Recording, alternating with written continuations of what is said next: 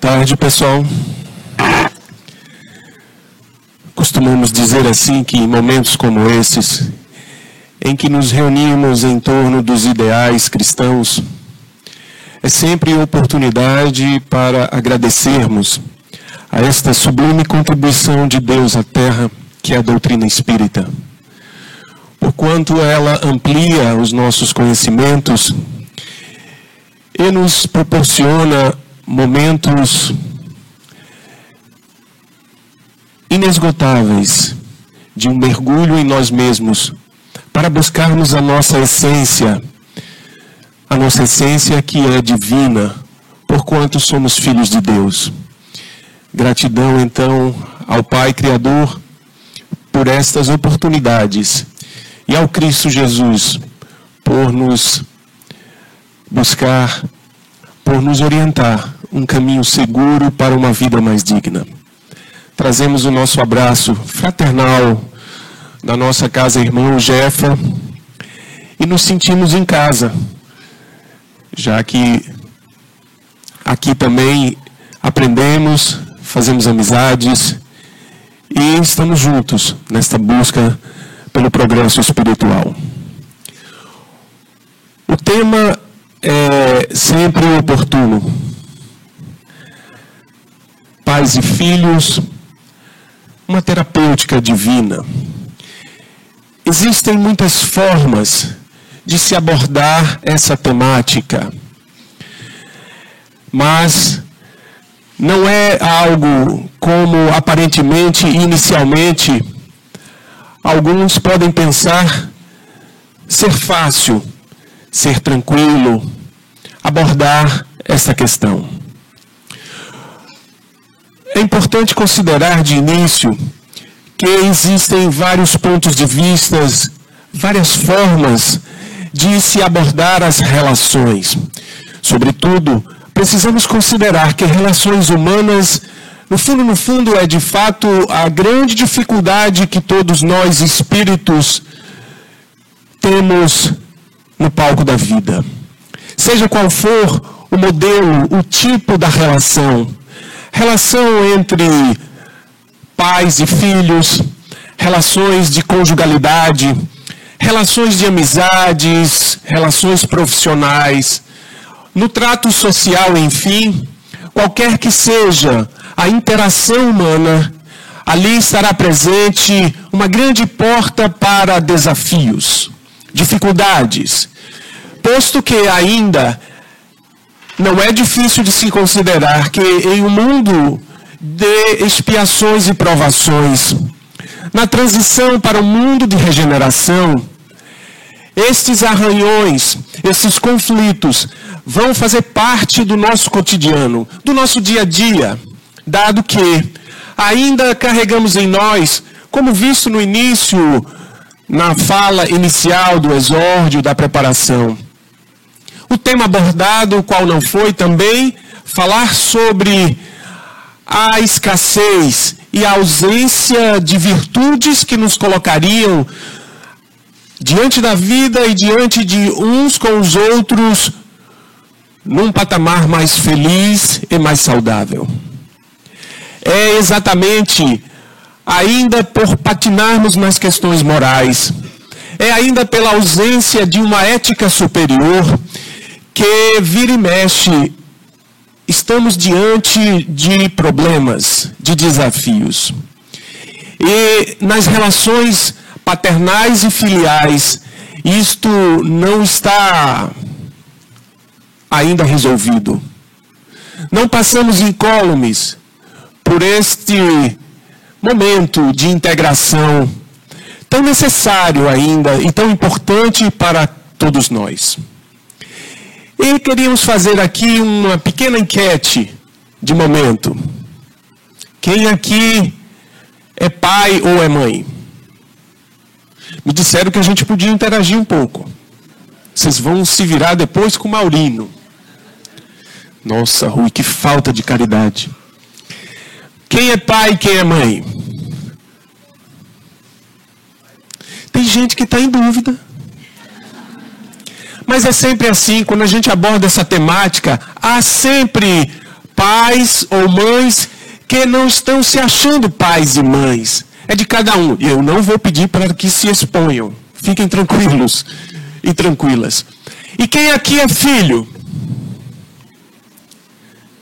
Tem gente que não é filho, Maurinho. Isso é mais incrível ainda. Porque às vezes a gente pode não ser pai ou mãe, não é verdade? Agora, não ser filho é uma coisa inédita. Vamos tentar de novo essa façanha. Quem aqui é filho? Ainda tem gente que não consegue se sentir filho. Lá que seja. Mas o fato é que, para nos tornarmos pais ou mães, necessariamente temos que ser... É do processo. Inclusive é de um processo não apenas espiritual, mas é de um processo biológico. E então gostaríamos de falar a respeito dessa temática, iniciando com algo que é imprescindível para que essa relação se estabeleça. E esse algo chama-se o quê? Pode enfilar. Não tem problema, se for feito a lição direitinho, estaremos em breve nas colônias espirituais mais adequadas, mais legais. Precisamos tocar no assunto família, para podermos entender um pouco melhor essa relação entre pais e filhos. E a família, ela está como um esteio, a base, o alicerce de qualquer sociedade, de qualquer cultura. Porque é exatamente nela que se inicia essa formação. E a imagem, vejam bem, que é uma imagem assim, eu fui buscar uma imagem que refletisse exatamente essa noção de evolução. E aí nós trazemos uma ideia, uma caricatura, uma ilustração do que seria aqueles primórdios da família de um mundo ainda primitivo. Nós ainda naquela famosa era das cavernas, como muitos chamam. Se bem que no ponto de vista evolutivo aí já seríamos a incipiência do Homo sapiens, talvez, já saído daquela fase dos neandertais. Enfim, mas vejam bem que ilustra aí uma família, ou uma ilustração, um símbolo de uma família. Aí eu vou fazer uma abertura, porque a coisa tem muito a ver com pais e filhos. E eu tenho um grande amigo de muito tempo, nós crescemos juntos, e mantemos essa amizade até hoje, muito bacana, muito bonita. Quiçá seja de séculos já, considerando as reencarnações. E ele é uma pessoa assim, muito espirituoso, muito afetivo, mas muito brincalhão, né? Gosta de fazer umas observações e nem sempre o humor dele é humor assim, né? Às vezes é um pouco de ironia, por que não dizer um pouco de sarcasmo? Mas ele olhou para ali e falou, Ruizão, ele me chama assim, às vezes ele me chama, Mestre Rui, dê uma olhada nisso. Ele viu essa imagem numa ocasião e falou, veja, tem o garotinho aqui, né? Aqui no canto esquerdo, a figura de uma mulher, né? Segurando um outro menininho. Lá no canto tem uma jovem e tem um cara meio que desmaiado, segundo as palavras deles. Eu não sei se dá para perceber. Lá na direita, um homem meio lá desmaiado. E à frente de tudo, ele dizendo, tinha que ter uma matriarca. O que significa que as sogras estão presentes desde os primórdios dos tempos. Porque o cara saiu da linha, ela, para proteger a filha, pegou o tacape e meteu na cabeça do desinfeliz e ele desmaiou lá. E está lá a família já nos primórdios dos conflitos humanos. Essa é a visão um tanto metafórica, irônica, que me perdoe as sogras presentes. Mas nós queremos celebrar e externar nossa gratidão às sogras, porque sem elas não teriam o quê? As filhas e os filhos, exatamente. Então, brincadeiras à parte, essa configuração da família vai nos remeter necessariamente à luz da doutrina espírita, e essa é a intenção da temática, abordar a questão dos filhos e dos pais, dessa relação ainda tão complexa, muitas vezes tão mística, à luz da doutrina espírita, porque nas casas espíritas é isto que nós fazemos. Buscamos a terceira revelação a fim de nos melhorarmos. E melhorando as relações paternais e filiais, estaremos dando saltos decisivos no progresso espiritual, sem sombra de dúvidas. E no quesito, no olhar da doutrina espírita, nós vamos relacionar sempre a questão familiar e a questão da relação entre filhos e pais do ponto de vista das leis de Deus, as leis soberanas do universo. E aqui se configuram dois fatores, duas vias destacadas. A primeira delas em relação à família, os aspectos biológicos. E é necessário, então, haver um regime de conjugalidade, ou seja lá o nome que for, em que se consociem um casal, ou um homem, uma mulher, ou enfim, a configuração de dois seres a fim de poder gerar o quê? Gerarem os filhos, gerar a sequência biológica que vai estar relativo ao quê? À preservação de uma espécie. Assim também é no reino animal. E essa preservação da espécie configura uma das leis de Deus. Lei de, vocês que estão estudiosos, fazem o ESD, etc. A lei de causa e efeito, melhor dizendo, o mecanismo de causa e efeito, porque causa e efeito não é uma lei de Deus, é um mecanismo que está contido e presente em várias leis de Deus, não é? Mas a lei de Deus é o quê? Lei de reprodução, muito bem. Lei de preservação, outra também, não é? Então, configura-se dessa forma já de cara duas das leis divinas. Então, é uma necessidade espiritual a família. O outro aspecto destacado é o aspecto social. Somos seres gregários pela própria natureza. Então, nos buscamos uns aos outros. É necessário que haja vinculações para que possamos dar sequência a estas leis de Deus e fazê-las cumprir. Então, somado à lei de reprodução, a lei de preservação, temos também a lei de sociedade. Uma vez que é importante nos reunirmos uns com os outros para podermos sair da ignorância espiritual, uma vez que é definido, e a doutrina espírita traz esclarecimentos muito apropriados a respeito disso, que o espírito é formado simples e ignorante. E no trajeto, agora, da vida infinita, o chamado contínuo da vida, nós vamos pouco a pouco saindo da ignorância para a luz, para a plenitude. E isso significa construirmos as duas asas, as duas vertentes do crescimento espiritual. O saber, que são os conhecimentos, e o amor, que é o conjunto das virtudes. Para que isso aconteça, é necessário as interações sociais, de variadas formas.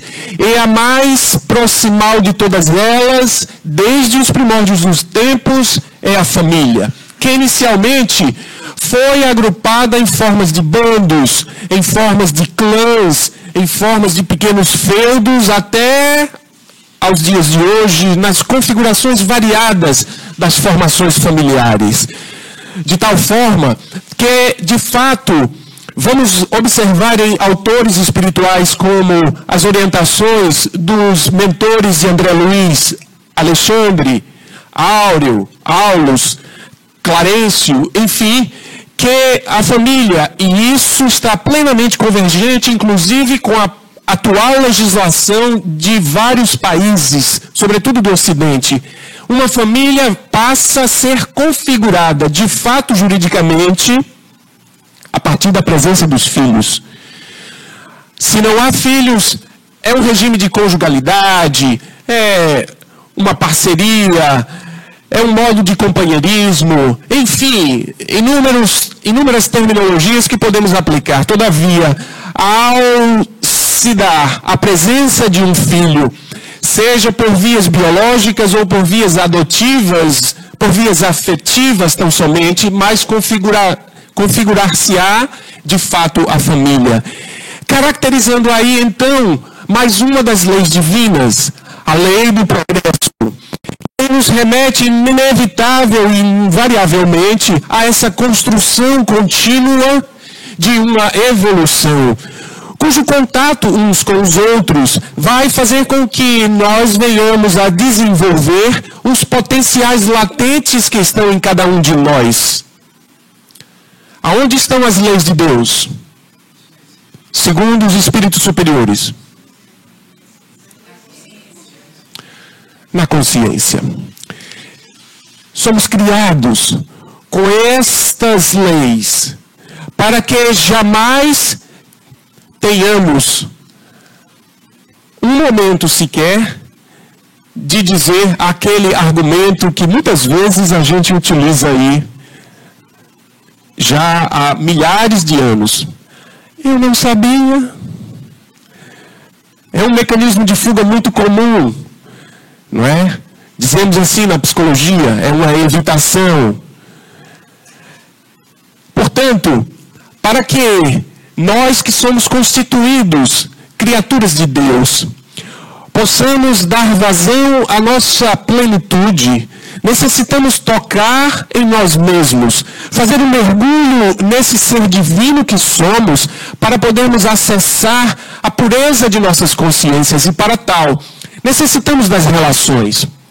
E a mais propícia e mais adequada área, o espaço, o fórum por excelência para o desenvolvimento desses potenciais e dessas capacidades é exatamente a família. A família constituída pelo regime de conjugalidade entre dois seres e a prole, que consideramos os filhos. Então, nesse aspecto, como falamos, socialmente vamos consolidar uma família a partir da chegada dos filhos. E isso vai nos remeter exatamente às leis, tanto materiais, quanto às leis espirituais que nos regulam. Material, como falávamos, do ponto de vista biológico, é necessário haver um encontro de corpos para a geração de corpos que vão servir aos propósitos do espírito, que no mundo material, num processo de reencarnação, vai haver necessidade, e isso é o que caracteriza exatamente, do ponto de vista espiritual, a chegada dos filhos. É a necessidade que temos, todos nós sem exceção, de virmos ao mundo material através de um processo reencarnatório, a fim de dar sequência ao nosso crescimento, ao nosso desenvolvimento, à nossa maturação espiritual. Daí esse mecanismo divino de estarmos ora num estado da vida, ora no outro. Queremos dizer, ora como encarnados, nos utilizando de um veículo físico, biológico e material, ora do ponto de vista do desencarnado, espírito em um plano espiritual que Kardec costumou chamar de erraticidade. São as dimensões espirituais, colônias, regiões umbralinas, etc., dependendo da consciência em que cada um se coloque. E isso nos faz ter uma atração mútua uns com os outros, para podermos, enfim, estabelecer esse tipo de situação. Então, Kardec faz uma pergunta, a questão 695 de O Livro dos Espíritos, bastante singela e muito interessante. Será contrário à lei da natureza ao casamento, isto é, a união permanente entre dois seres? A nomenclatura casamento, aplicada, pode servir com outros desígnios, outros termos, mas no fundo, a constituição divina desse elemento chamado família prescinde exatamente uma formalidade social. É uma espécie de rito que não está apenas dedicado ou não foi apenas criado em função de culturas, vai para muito além disso. E esse é o olhar que o espírita cristão deveria ter. Porque existem novas configurações familiares e é um tema extremamente polêmico nos dias atuais. Todavia, precisamos respeitar todo tipo de conjugação que haja, mas considerar, sobretudo, as leis divinas que estão superiores às leis humanas. Muitas vezes invertemos esses processos e nos perdemos nos caminhos, habituando-nos a situações que muitas vezes não nos parecem ser de instrução divina. Por isso que a ideia é essa permanência entre seres que busquem desenvolver entre si o amor, porquanto esse é o maior dos regimentos, o maior dos mandamentos, nos diz o Cristo. E o que quer que seja que haja em divergência a este caminho, o caminho do amor, certamente será uma falta, uma transgressão às leis de Deus. Então, os espíritos superiores responderam a Kardec: é contrário à lei da natureza do casamento, ou seja, deveremos preconizar outras formas de se instituir uma família para além do casamento? E Kardec vai dizer que não, porque o casamento é um progresso na marcha da humanidade. E inúmeros são os motivos que poderíamos citar aqui, que daria até mesmo um seminário. Mas entre eles o principal é exatamente o exercício das virtudes que nos faltam. Quais sejam as principais, vamos destacar: a humildade, o perdão das ofensas, a indulgência. Outro termo que Jesus usa no cotidiano do Evangelho e que em várias traduções isso foi se deturpando ao longo do tempo: fidelidade. Esta é outra virtude ainda muito escassa no nosso mundo, no nosso planeta, aonde se validam socialmente inúmeras práticas que nada têm a ver com o amor mais puro, o amor verdadeiro preconizado por Jesus. Em muitas vezes nós vamos ouvir lá nos textos sagrados dos 4 evangelistas, Mateus, Marcos, Lucas e João, a palavra simplicidade e humildade, mas em traduções mais precisas, Jesus se reporta a esses termos como sendo fidelidade. E fidelidade aos princípios, os princípios eleitos pelo próprio Senhor. Então, Kardec faz essa alusão com extrema propriedade. E aí é onde vamos ver o reconhecimento dessa relação. A importância de formalizar, do ponto de vista social, uma relação que tem como base o núcleo da sociedade, a célula máter da sociedade. E por isso, há o reconhecimento das responsabilidades, para que nós, enquanto espíritos ainda imperfeitos, possamos assumir de fato as responsabilidades que nos cabem nos vários momentos da vida. E a vida adulta, normalmente, posto que a lei de sociedade é uma lei que regula a nossa vida espiritual, é natural que venhamos a nos consociar em grupos familiares. Esta é a lógica da formação e da necessidade espiritual. Portanto, isso vai nos fazer entender a importância da família e o estabelecimento destas relações no surgimento dos filhos. Por quê? Qual seria a motivação para a construção de uma família? Sim, responde Emmanuel e responde, sobretudo, Joana de Ângeles, no estudo belíssimo que está colocado naquele livro SOS Família. Recomendo para todos a leitura e, se possível, um estudo mais aprofundado desta obra, assim como outras obras que autores espirituais reconhecidos e convergentes com a codificação espírita nos trazem. E esses autores vão nos dizer que é uma necessidade intrínseca de socialização, é a integração à lei de sociedade. Esse é um dos principais motivos. E o que seria, então, para a sociedade o resultado do relaxamento dos laços de família? Questão 775 de O Livro dos Espíritos. E a resposta foi um agravamento do egoísmo. E aí começamos a entender melhor a necessidade de nos vincularmos em torno disso que se constituiu como sendo família.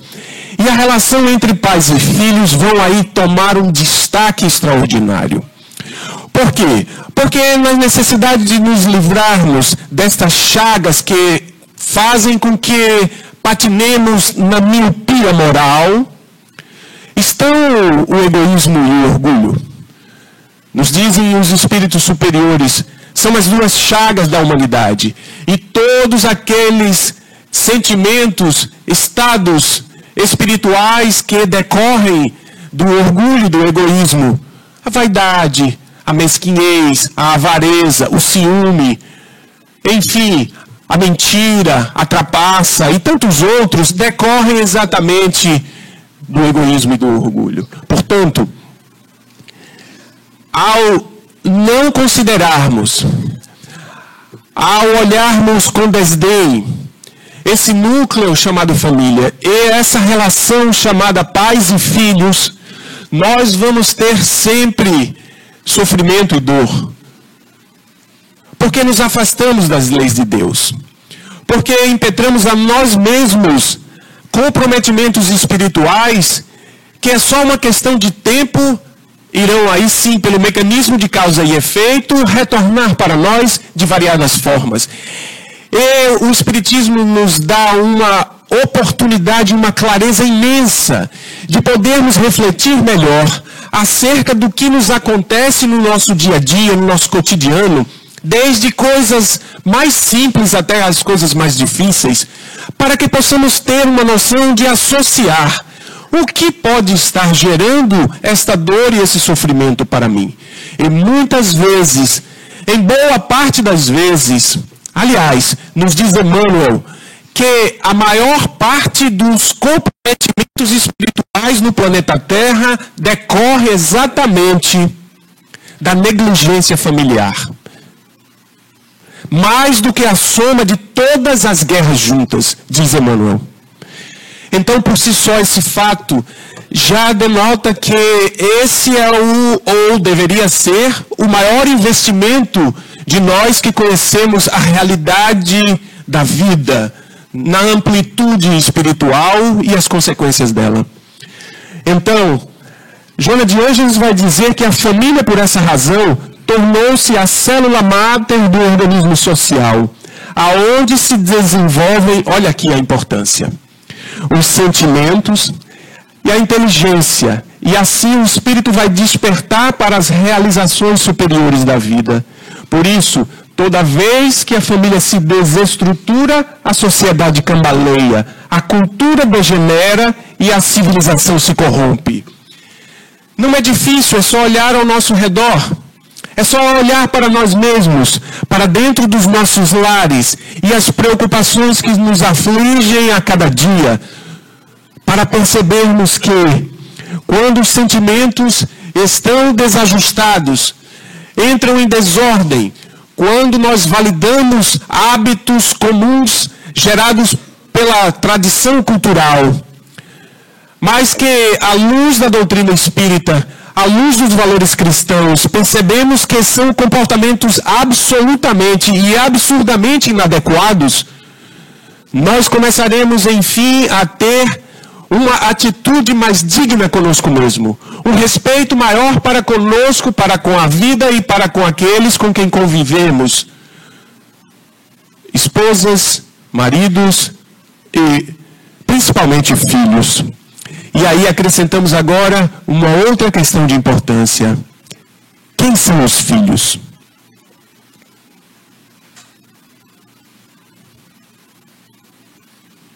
Vamos mudar um pouquinho a pergunta, a reflexão.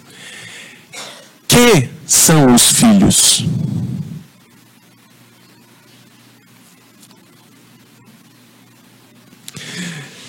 Normalmente o silêncio, ele expressa ou um momento de reflexão, ou um momento de inquietação, um momento de dúvida? Quem são e o que são os filhos?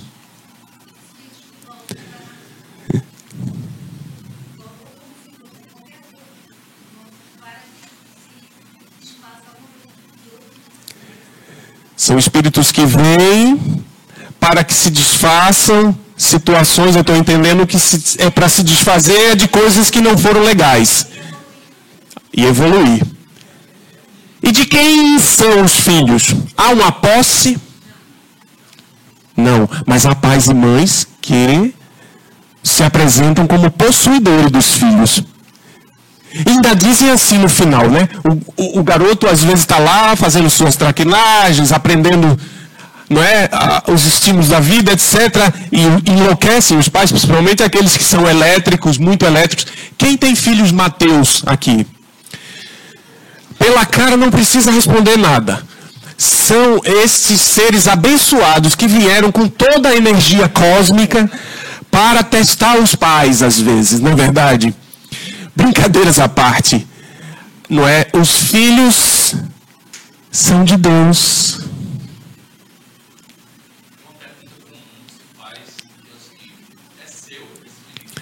Pois é, principalmente em público, né?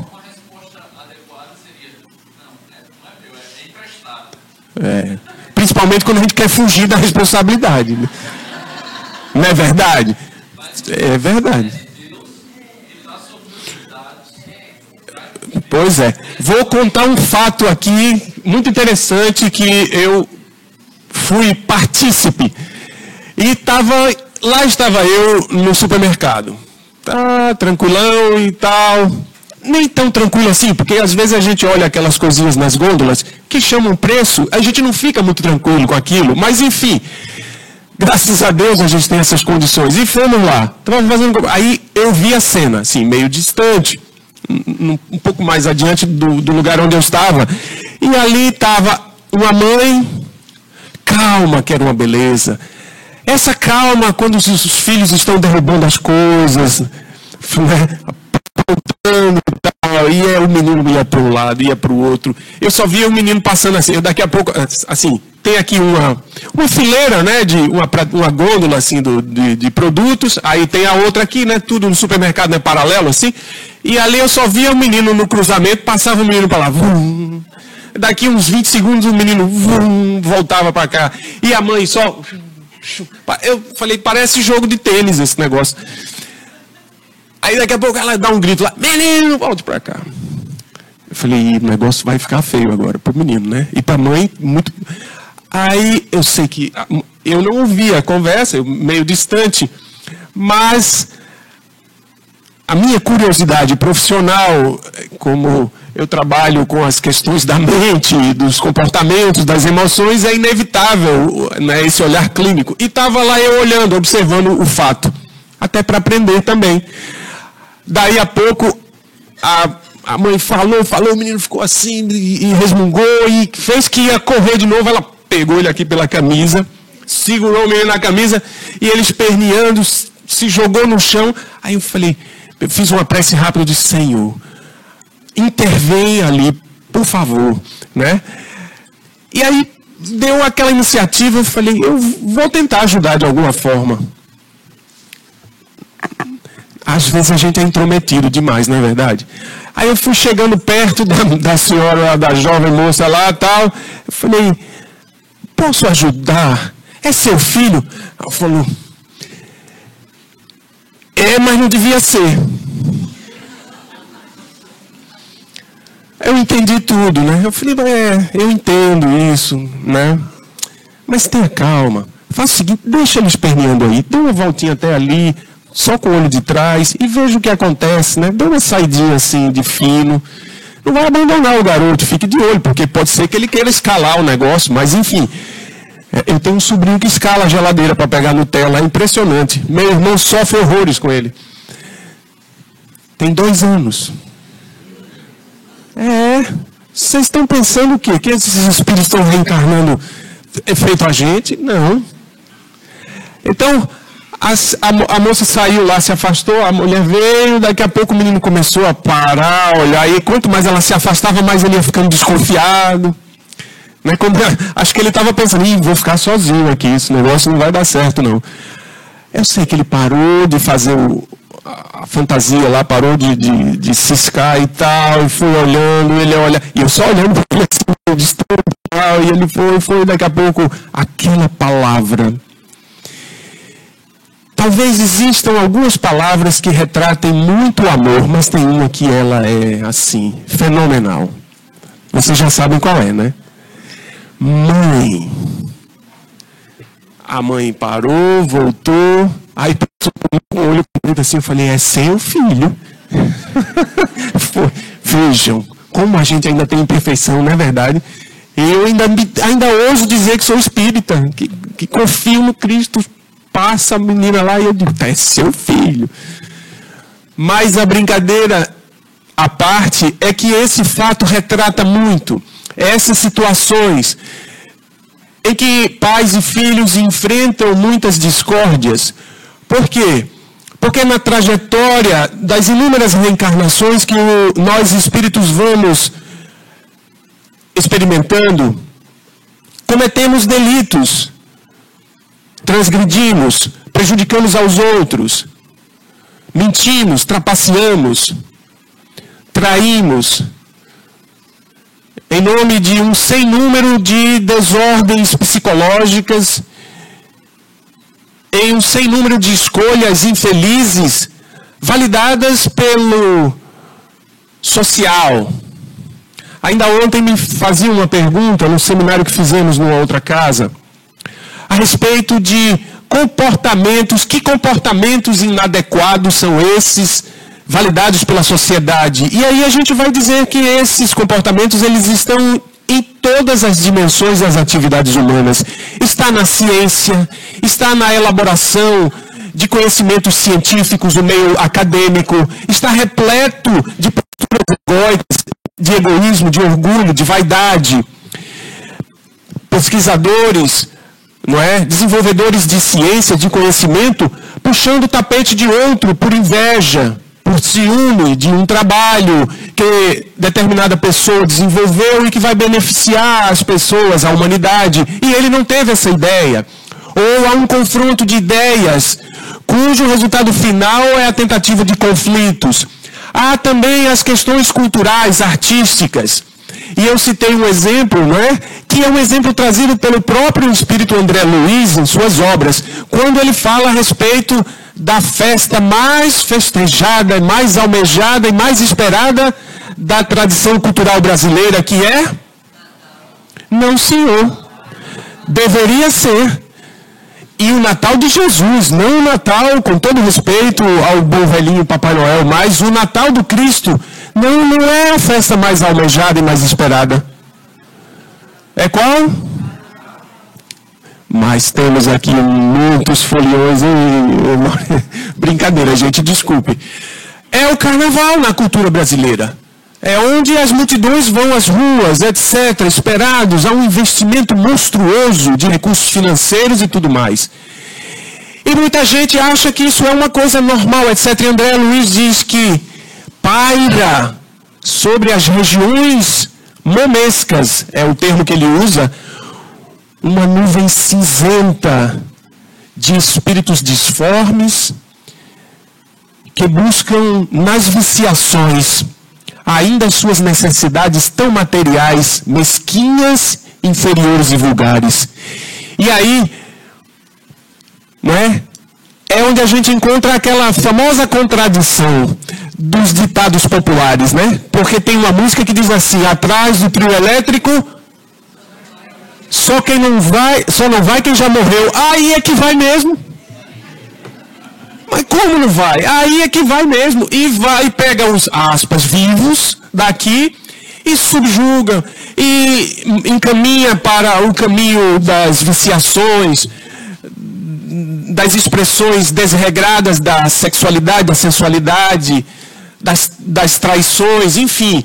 É um momento muito rico de desordens, de desorganização familiar, etc.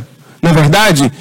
Então, essas práticas indevidas que desestruturam a sociedade, degenera a cultura, faz com que cambaleemos e a civilização se corrompe.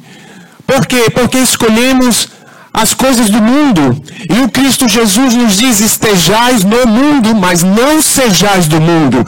Significa dizer que nós precisamos buscar os valores éticos morais, e foi para isso que o mestre Nazareno veio, para nos ensinar que nós podemos transformar as nossas vidas e tornar o mundo mais feliz, mais digno, mais saudável, a partir de escolhas adequadas, de escolhas que tenham a ver com os princípios superiores, que são as leis de Deus. E que toda vez que nós nos alinhamos a estas leis divinas, vamos ter saúde, equilíbrio, vamos ter plenitude. Mas quando nós nos afastamos das leis divinas, sofremos de variadas formas. E esta relação entre os pais e filhos são sempre bombardeadas. Por quê? Porque é nesse regime de interação social que exatamente propicia a reestruturação dos valores, das questões mais importantes, a ética. Por quê? Porque a melhor pedagogia ainda é o exemplo. Não são os estudiosos das variadas ciências que abordam a temática social, como a sociologia, a antropologia, a psicologia. Não. Isso já é desde o próprio Jesus. Que antes de dizer, antes de pegar qualquer das suas instruções, qualquer das suas recomendações, ele exemplificou. Aliás, até hoje é o único ser que esteve na terra que exemplificou todos os valores divinos. E que tudo o que disse, ele fez anteriormente, nos mostrando exatamente que isso é possível. Disse Jesus: podeis fazer o que faço, e podeis fazer muito mais, considerando sempre a lei do progresso, em que crescemos rumo ao infinito glorioso, no qual o espírito da magnitude de um Cristo é sempre um missionário. E não é à toa que ele traz então a ideia de Deus como um pai, porque um pai, na acepção cristã, é aquele que cuida, é aquele que ministra valores a partir de si mesmo. Eu preciso dar os exemplos, porque não adianta dizer para o meu filho: não fume, não beba, não roube, não minta. Se a pessoa liga lá para a minha casa e é alguém que eu não gostaria de falar naquele momento, seja lá a razão qual for, eu digo: fala que eu não estou.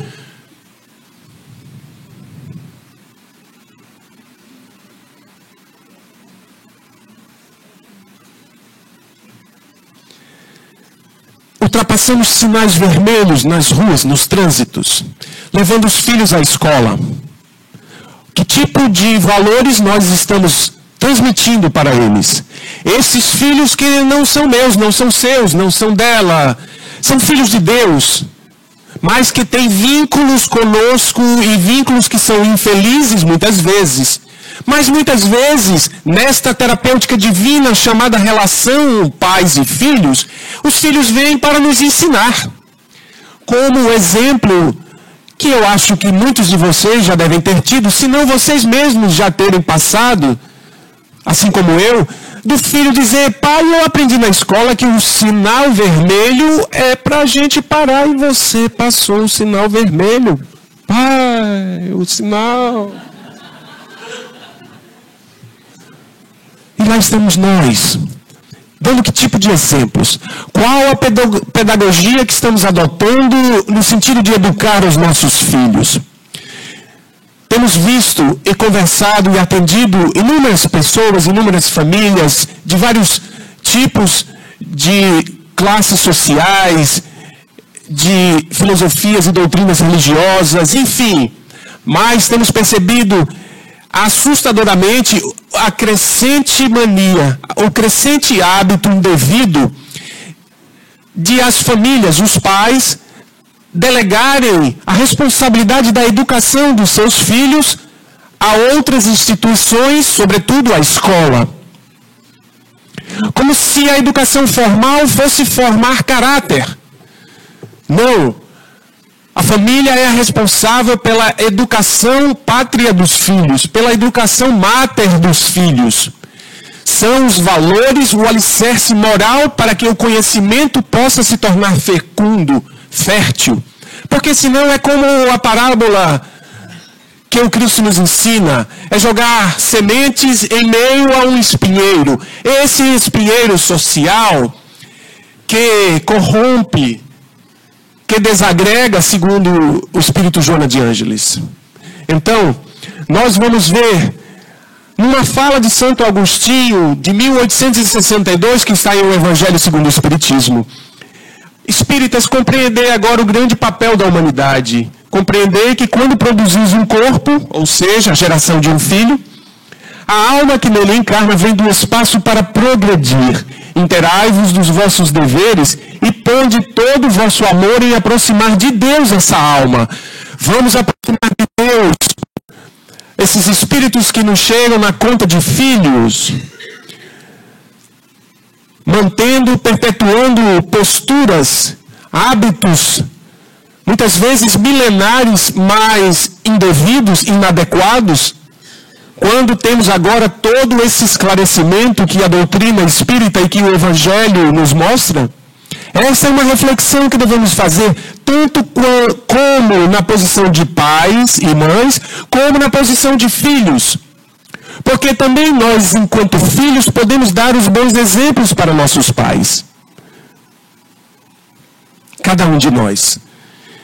Então, tal a missão que vos está confiada, e cuja recompensa recebereis se fielmente a cumprirdes.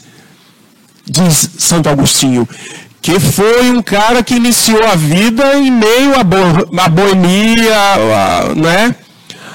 Era um cara da pá virada, no começo, era.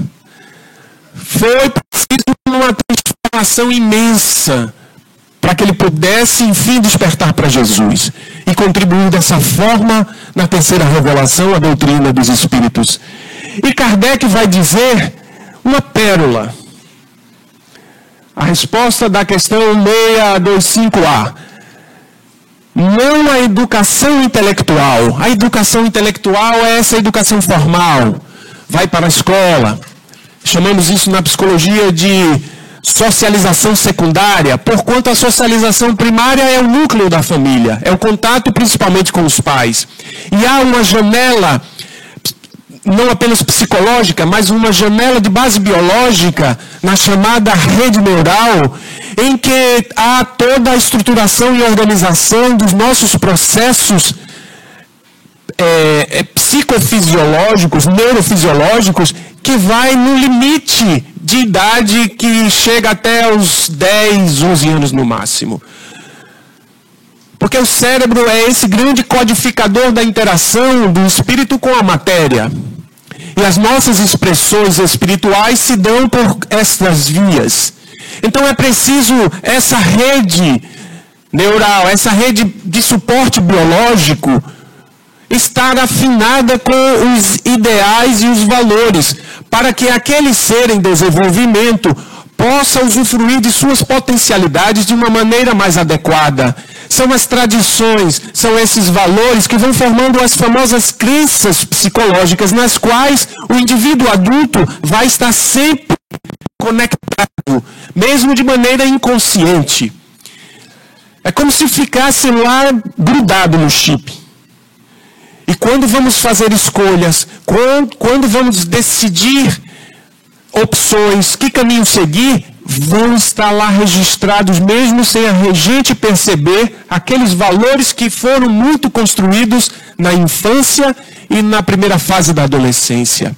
É uma importância vital, e por isso que Kardec vai dizer, não a educação intelectual, mas a moral.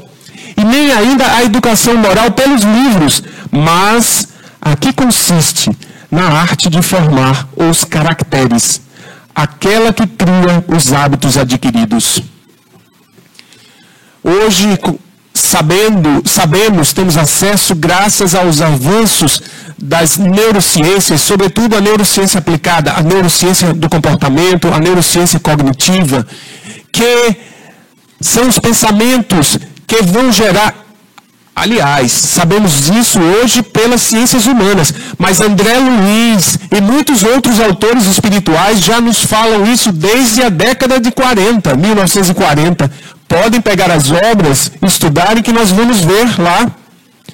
Ele falando, são os pensamentos, os grandes delineadores dos hábitos futuros.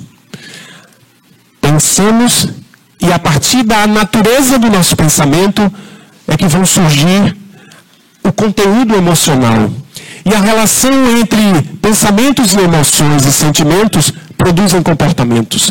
Daí a preocupação dos espíritos superiores com que paradigmas nós estabelecemos as nossas formas de pensar. E, portanto, a grande referência, Jesus.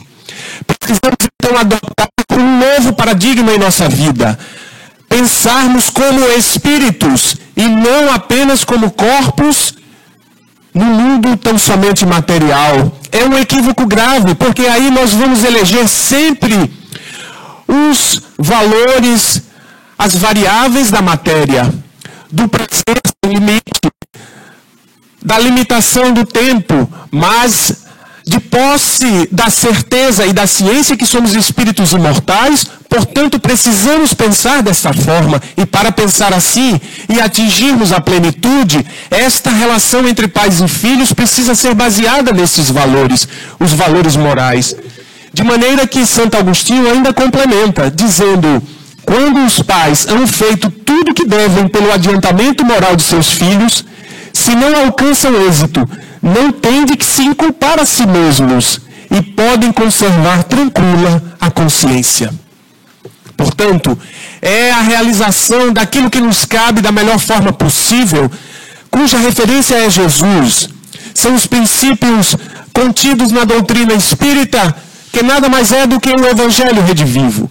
Para que nesta relação com filhos e na relação com os nossos pais, possamos enfim adotar este padrão cristão, renovando as nossas práticas, dando um novo sentido ao nosso cotidiano, entendendo que não somos coisas e, portanto, não deveríamos estar coisificando as nossas relações, mas pautando as nossas relações naquilo que nos importa de fato e que é o maior dos mandamentos.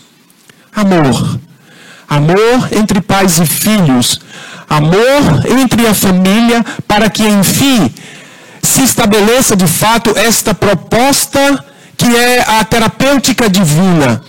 Reunir no núcleo pais e filhos para que esse laboratório se torne fértil e enriquecido de valores apropriados para cada um de nós espíritos em evolução. Portanto, amigos, que esta seja a luz que possa nos guiar.